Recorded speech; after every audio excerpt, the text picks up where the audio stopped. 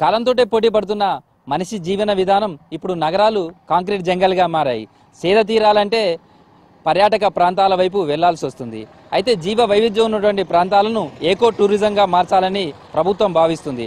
అందులో వరంగల్ ఉమ్మడి జిల్లాకు సంబంధించి చూస్తే ఇటు పాకాల, ఏటూ నాగారం ఈ రెండు ప్రాంతాలను కూడా ఏకో టూరిజంగా డెవలప్ చేయడానికి ప్రభుత్వం సంకల్పించింది. కాకతీయుల కాలం నాటి ఈ సరస్సును ఏ విధంగా ఏకో టూరిజంగా మార్చబోతుంది ప్రభుత్వం తెలుసుకునే ప్రయత్నం చేద్దాం. కాకతీయుల కాలం నాటిది పాకాల సరస్సు. చుట్టూ కొండలు, మధ్యలో సెలయేరు. ఈ ప్రకృతి రమణీయతకు అద్దం పడుతుంది. దాదాపు 3 TMCల వాటర్ ఇక్కడ ఈ చెరువులో నిల్వ చేస్తారు. 2 పంటలకు సంబంధించి 30,000 ఎకరాలకు సాగునీరు అందుతుంది. మరోవైపు ఈ చెరువులో మొసళ్ళు ఎక్కువగా ఉంటాయి. సేమ్ టైంలో జీవ వైవిధ్యానికి ప్రతీకగా నిలుస్తుంది. అనేక రకాల పక్షులకు, జంతువులకు ఇది ఆవాస కేంద్రం. పూర్తిగా చుట్టూ దండకారణ్యం, మరోవైపు పచ్చని అడవులతో కూడినటువంటి కొండలు ఉంటాయి. వీటి మధ్య అత్యంత రమణీయమైనటువంటి ప్రదేశంగా ఇది చెప్పుకోవచ్చు. చాలామంది పర్యాటకులు ఇక్కడికి వచ్చి సేద తీరుతుంటారు.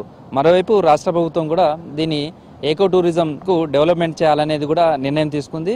రాష్ట్రంలో 7 ప్రాంతాలు ఉంటే అందులో వరంగల్ ఉమ్మడి జిల్లా నుంచి 2 ఉన్నాయి. ఒకటి పాకాల సరస్సు, మరొకటి ఏటూ నాగారం సంబంధించినటువంటి ఏజెన్సీ ప్రాంతం. ప్రస్తుతం టూరిస్టులు కావచ్చు, వీళ్ళంతా కూడా వస్తున్నారు. స్టూడెంట్స్కు వస్తారు. తర్వాత వాళ్ళు సంబంధించినటువంటి అనేక పరిశోధనలు చేయడానికి కూడా ఈ ప్రాంతం అనుకూలంగా ఉంటుంది. కొంతమంది స్టూడెంట్స్ ఉన్నారు, వాళ్ళతో మాట్లాడదాం. ఎట్లా ఉంది పాకాల ఈ ప్రాంతం? బాగుందండి. మేము ఫస్ట్ టైం వచ్చినాం పాకాల. యాక్చువల్లీ మా ఫ్రెండ్స్ రిఫర్ చేశారు ఇక్కడ బాగుంటుంది అంటే ఇక వచ్చాము. నియర్ బై ఉంటుంది. ప్లస్ ఏంటంటే ఇది ఇక్కడ అడవి మధ్యలో ఉంది కాబట్టి ఎక్కువ మ్యాక్సిమం ఎవరికి తెలిసి ఉండదు. సో కొంచెం ఏమైనా మనం టూరిజం లాంటివి డెవలప్ చేస్తే ఏంటంటే చాలా మందికి తెలుస్తుంది. ప్లస్ కొంచెం పీస్ఫుల్గా ఉంటుంది. మళ్ళీ ఎప్పటికి ఇక్కడ వాటర్ ఉంటుంది. ప్లస్ ఇది ఎప్పటి నుంచి అంటే మన పూర్వకాలం కాకతీయులు కట్టించారు ఇది. సో ఇక్కడికి చాలా మంది వస్తుంటారు. మళ్ళీ ఇక్కడ ఏంటంటే ప్రిజర్వేషన్, న్యాచురల్ రిజర్వ్స్ కోసం. దేనికోసం అంటే క్రొకడైల్స్ ఇక్కడ చాలా ఉంటాయి. వీటిని కన్జర్వ్ చేయడానికి, ఇవి అంతరించిపోకుండా ఉండడానికి కోసం ఇక్కడ దీన్ని ఉంచారు. ప్లస్ చాలా పీస్ఫుల్గా ఉంది ఇక్కడ. అందుకే వచ్చాం టూరిజం కోసం. నిజంగా అంటే పాకాలకు వచ్చినప్పుడు కానీ ఇక్కడికి వచ్చేటప్పుడు ఎట్లా అనిపించింది? ఇక్కడ తర్వాత ఇదంతా కూడా చుట్టూ అడవి, ఈ ఫారెస్ట్లోంచి నడుచుకుంటూ రావడం కావచ్చు, లేదా ఈ సరస్సు ఇదంతా చూస్తే ఎట్లా అనిపిస్తుంది? చాలా బాగుంది. బోటింగ్ కూడా ఉంటే బాగుండేది. సో కొంచెం డెవలప్ చేస్తే ఏంటంటే మనకు కూడా టూరిస్ట్ రావడానికి చాలా ఇంట్రెస్ట్ చూపిస్తారు. సో కొంచెం డెవలప్ చేస్తే బాగుంటుంది టూరిజం లాంటివి. సో ఇక్కడికి ఫ్రెండ్స్తో రావచ్చు, ఫ్యామిలీస్తో వచ్చి కూడా టైం స్పెండ్ చేయడానికి చాలా బాగుంది. అయితే ప్రభుత్వం ఏకో టూరిజం డెవలప్ చేయడానికి ఈ ప్లేస్ను కూడా ఎంపిక చేసింది. ఏకో టూరిజంగా డెవలప్ ఎట్లా చేస్తే బాగుంటుంది అని మీరు అనుకుంటారు? ఎకో టూరిజం అంటే ఇప్పుడు ఎట్లా అంటే కొంచెం ప్లాస్టిక్ని తక్కువ చేయాలి. మళ్ళీ ఏంటంటే ఇక్కడ కొంచెం ఎవరికైనా చిన్న షాప్స్ లాంటి ఎవరికైనా కొంచెం ఫైనాన్షియల్గా ఎవరికైనా హెల్ప్ చేయడానికి చిన్న షాప్స్ లాంటివి పెట్టి ఇవ్వడం, లేకపోతే చిన్నగా బోటింగ్ లాంటివి ఉండడం బెటర్. బయోడిగ్రేడబుల్ కవర్స్ వస్తున్నాయి, అన్నీ ఉంటున్నాయి కాబట్టి డెవలప్ అవుతుంది కాబట్టి సో ఇక్కడ కూడా డెవలప్ చేయడం చాలా బెటర్ అనిపిస్తుంది. ప్రస్తుతం అయితే ఏకో టూరిజం డెవలప్మెంట్ చేయడానికి అవకాశం, స్కోప్ ఎక్కువగా ఉంది కాబట్టి ఈ ప్రాంతాన్ని అభివృద్ధి చేస్తే బాగుంటుంది అనేది చాలామంది కోరుకుంటున్నారు. ప్రస్తుతం అయితే ఏకో టూరిజం వైపు డెవలప్మెంట్ చేయబోతుంది కాబట్టి ఇక్కడ మరిన్ని ఫెసిలిటీస్ వచ్చే అవకాశం ఉంది. లోపలికి వెళ్దాం. పాకాలకు సంబంధించినటువంటి తూముల దగ్గర ప్రవాహం చాలా ఎక్కువగా ఉంటుంది. తర్వాత పాకాల సరస్సుకు సంబంధించినటువంటి మరిన్ని విశేషాలు తెలుసుకునే ప్రయత్నం చేద్దాం.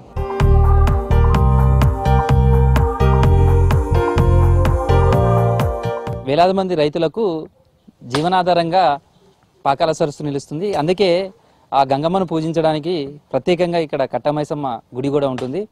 వ్యవసాయ సీజన్ ప్రారంభమైనప్పుడు ఇక్కడ పూజ చేసి నీళ్లు వదలటం అనేది కూడా సాంప్రదాయంగా ఆనాటి నుంచి వస్తుంది. అందుకే కట్టమైసమ్మ గుడి దగ్గర ఉన్న రైతులు కుటుంబ సమేతంగా వస్తారు. వచ్చి ఇక్కడ అమ్మవారు చల్లగా చూడాలి, మంచి పంటలు పండాలి అని కోరుకుంటూ పూజలు చేయడం.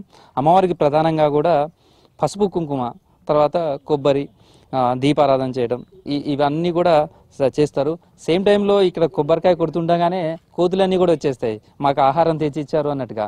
ఎందుకంటే పాకాల సరస్సు చూస్తే ఎటువైపు చూసినా కోతులే మనకు కనిపిస్తుంటాయి. ప్రస్తుతం అయితే కొంతమంది రైతులు ఉన్నారు, వాళ్ళతో మాట్లాడదాం. మేము పసుపు కుంకుమ వేస్తాం, కొబ్బరికాయ కొడతాం. ఏమన్నా కోసుకుంటే కోయిని కోసుకుంటాను, పూజ చేసుకొని మాకు మంచిగా ఉండాలి, పంట పైరు మంచిగా, మా పిల్లలు జల్లలు మంచిగా ఉండాలి, తల్లికి మంచిగా మొక్కుతాను. ఇప్పటికి మంచిగా ఉంటే మేము 5 ఏళ్ళకి ఒకసారి వస్తాయి ఇక్కడికి. ఎట్లున్నాయి నీళ్ళు? ఎట్లున్నాయి నీళ్ళు? బాగున్నాయి, చెరువులో అక్కడ దాకా ఉన్నాయి, మస్తున్నాయి నీళ్లు. చూసినాం ఇప్పుడే చూసినాం. పిల్లలు చూపియాలి ఇంకా కూడా చూపించుకుంటా మళ్ళీ నడుచుకుంటా లేచిపోతాం. ఇప్పుడు అక్కడ దిగి ఇక్కడికి దాకా నడిచి వచ్చినాం. నీళ్లు చూసినాక ఈసారి మంచిగా నీళ్ళు వస్తే పంటలకు మంచిగా ఉంటుంది అనుకుంటారా? మంచిగా ఉండాలి, పంటలు మంచిగా ఉండాలని వచ్చినాం మేము తల్లి దగ్గరికి. మంచిగా ఉండాలి, మమ్మల్ని ఎత్తుకుంటే దేవుడు, మళ్ళీ మేము దేవుని కూడా మస్తు ఎత్తుకుంటాం. మళ్ళీ వస్తాం ఇక్కడికి అందరూ, మళ్ళీ మా కుటుంబం అందరం మళ్ళీ వస్తాం వీడికి వచ్చి మంచిగా మొక్కుతాం. మంచిగా ఉండాలి. ప్రధానంగా పాడి పంట మంచిగా ఉండాలి, ఉంటేనే దానికి పాకాల సరస్సుకు సంబంధించిన నీళ్ళంతా కూడా తమ చేలను రావాలి, చేలల్లో పారాలి, మంచి పంట పండాలని కోరుకుంటూ ఆ కట్ట మైసమ్మకు ఖచ్చితంగా రైతులు వచ్చి పూజలు చేయడం అనేది అనివార్యంగా వస్తుంది, సాంప్రదాయంగా కొనసాగుతుంది. ఇక్కడ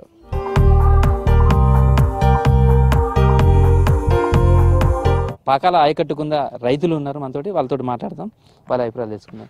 అన్న, పాకాల సరస్సు సంబంధించిన ఆయకట్టు ఎట్లా ఉంటుంది, వ్యవసాయం ఎట్లా ఉంటుంది ఇక్కడ? ఇక్కడ మేము ఆయకట్ట కింది రైతులు. ఇక్కడ యాసింగు వానాకాలం 2 పంటలు మాత్రం బ్రహ్మాండంగా పంటలు సాగుబడి అవుతాయి. దాంతోపాటుగా ఈ కింద పంటలు వేసుకున్న రైతులను కూడా ఎప్పటికీ మీ కుటుంబాలు ఆయారగలుగుతూ ఉంటాం. దాంతోపాటుగా ఈ చెరువు కట్టపై ఉన్న అభివృద్ధి మాత్రం అరకొరగా మాత్రమే కొనసాగుతుంది.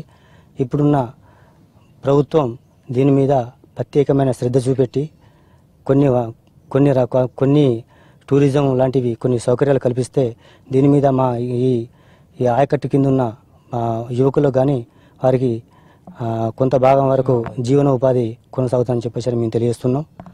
అన్న, ఇక్కడ ఏం పంటలు ఎక్కువ సాగు చేస్తుంటారు? ఏ పంటలు ఎక్కువ శాతం? వరి, యాసింగు, వానకాలం 2 పంటలు. వరి 2 పంటలు పండుతాయి. ఎట్లుండే పాకాల నీళ్ళు సరిపోతాయి? ఎట్లా సరిపోతాయి. మొన్న పోయిన ఇయర్ సరిపోకపోతే దేవాలయాల ప్రాజెక్ట్ కింద నీళ్లు వచ్చినాయి, మంచిగానే అందించింది కాంగ్రెస్ ప్రభుత్వం. ఇప్పుడు దీన్ని కూడా టూరిజం డెవలప్మెంట్ చేసి ఈ కట్ట మంచిగా చేయాలని మేము రైతులను కోరుకుంటున్నాం.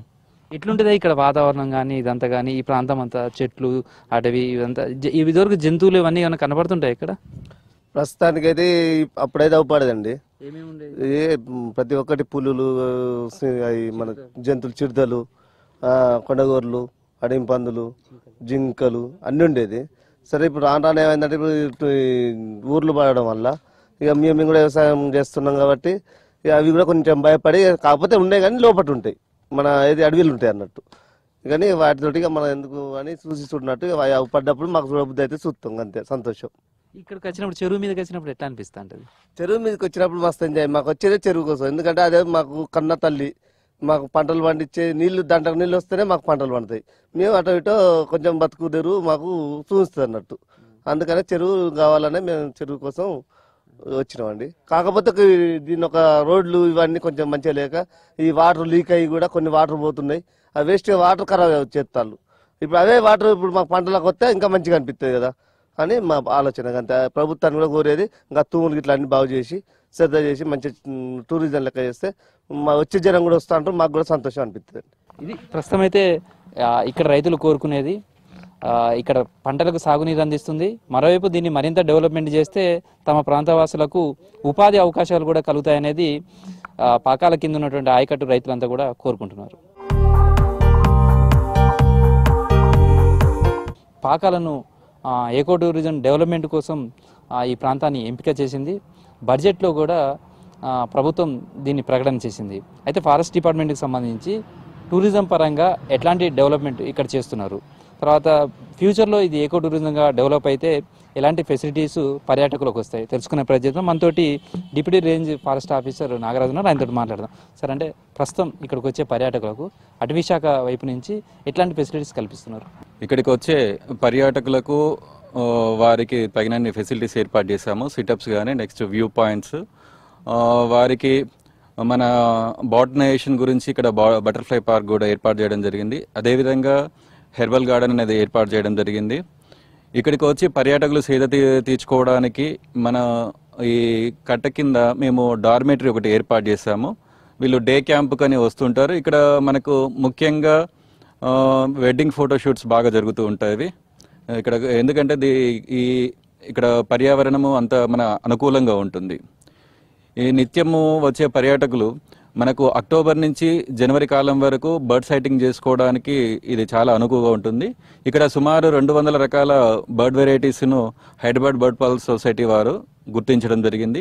పాకాల నుంచి గుండం చెరువు, ఇదే విధంగా దీన్ని ఆనుకొని ఉన్న చిలుకల గుట్ట, ఈ విధంగా మేము ఇంటర్ కనెక్టివిటీ చేసుకొని వచ్చే పర్యాటకుల్ని 48 అవర్స్ను ఇక్కడ స్పెండ్ చేసి వారికి ఆహ్లాదాన్ని పంచడం, అదేవిధంగా రెవెన్యూను జనరేట్ చేసుకోవడానికి కూడా మేము యాక్షన్ ప్లాన్ తగు విధంగా తయారు చేసినాం.